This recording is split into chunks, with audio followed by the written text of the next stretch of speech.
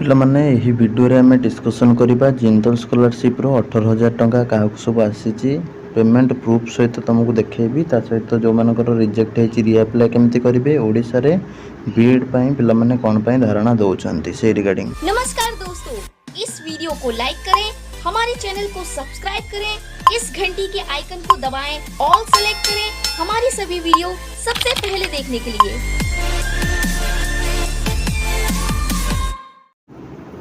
पिलामाने रेभेन्सा विश्वविद्यालय समन्वित बीएड बा इंटीग्रेटेड बीएड पाठ्यक्रम रे सर्टिफिकेट को नहीं पुणी पिलामाने सब धारणा रे बसचंती।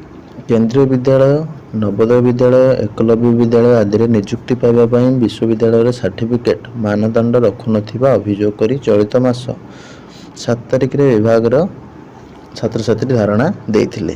तबे समस्यार समाधान पाई 5 दिन मध्य करिवा पाई रेभेन्सा कर्तृपक्ष प्रतिश्रुति देवा परे धारणार छात्र छात्री उठिथिले। समस्यार समाधान न थिबारु आज पुनर्बार विश्वविद्यालय शताधिक छात्र छात्री 11 कुलपति कार्यालय सम्मुख रे धारणा देइथिले। समस्यार समाधान करने दिगरे विश्वविद्यालय कर्तृपक्ष उच्च शिक्षा विभाग सहित आलोचना करा जाय पदक्षेप नेबाकू रेभेन्सा कर्तृपक्ष प्रतिश्रुति देवा परे छात्र छात्री धारणा उठिथिले।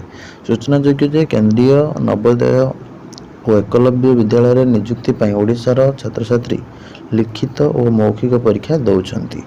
छात्र छात्री लिखित परीक्षा रे भल नंबर रखुवा बेले मौखिक परीक्षा रे भित्तिहीन कारण दर्शाई सेमानंकु एथिरु बाद करी दिया जाउची बोली अभियोग होईची। राज्य सरकार उच्च शिक्षा विभाग नियम अनुसार पाठ्यक्रम प्रथम और द्वितीय वर्ष में गोटे लेखाए विषय को इलेक्टिव भाव रखा कहुच्छी। मात्र केंद्र सरकार विभिन्न विश्वविद्यालय नियुक्ति पाइबा प्रथम और द्वितीय वर्ष में 2टी लेखाए विषय को इलेक्टिव भाव रखा कहुच्छी, जहाँ ओडिशा पास करुवा इंटीग्रेटेड बीएड छात्र छात्री समस्या सृष्टि करुच्ची। बुझीपारे पिलामाने तुम सेंट्रल लेवल कौन कहुच्छी ना first year BEd first year 2टा इलेक्टिव एवं बीएड सेकेंड ईयर 2टा इलेक्टिव रखा किंतु ओडिशा गवर्नमेंट रे कौन अच्छी ना फर्स्ट ईयर गोटे इलेक्टिव सेकेंड ईयर गोटे इलेक्टिव। तो यहाँ देखा प्रॉब्लम जहाँद्वारा पिलामाने भल मार्क रखिक भी रिटिन चाकरी पाई पारु नाहांती। ताले यहाँ रोचे तुम बीएड सर्टिफिकेट को लेकिन धारणा जहाँकि तुम सब क्वेश्चन रोला सार आम बीएड करुचु ओडिशा रे किसी प्रॉब्लम हम कि सेमती किसी प्रॉब्लम ना। यहाँ इंटीग्रेटेड बीएड रेभेन्सा यूनिवर्सिटी पास करथिबा पिलामानकर प्रॉब्लम। तापर जीवा नेक्स्ट तापर तुम गत मास हो गला गोटे मास पाखापाखि तुम अपलोड करी जोटा कि पिला को आसी 2700 टंका पर मंथ हिसाब रे। तो जो मानक भी आसी ना पाखापाखि तुम झील मानक 18,000 पुओ मानक तुम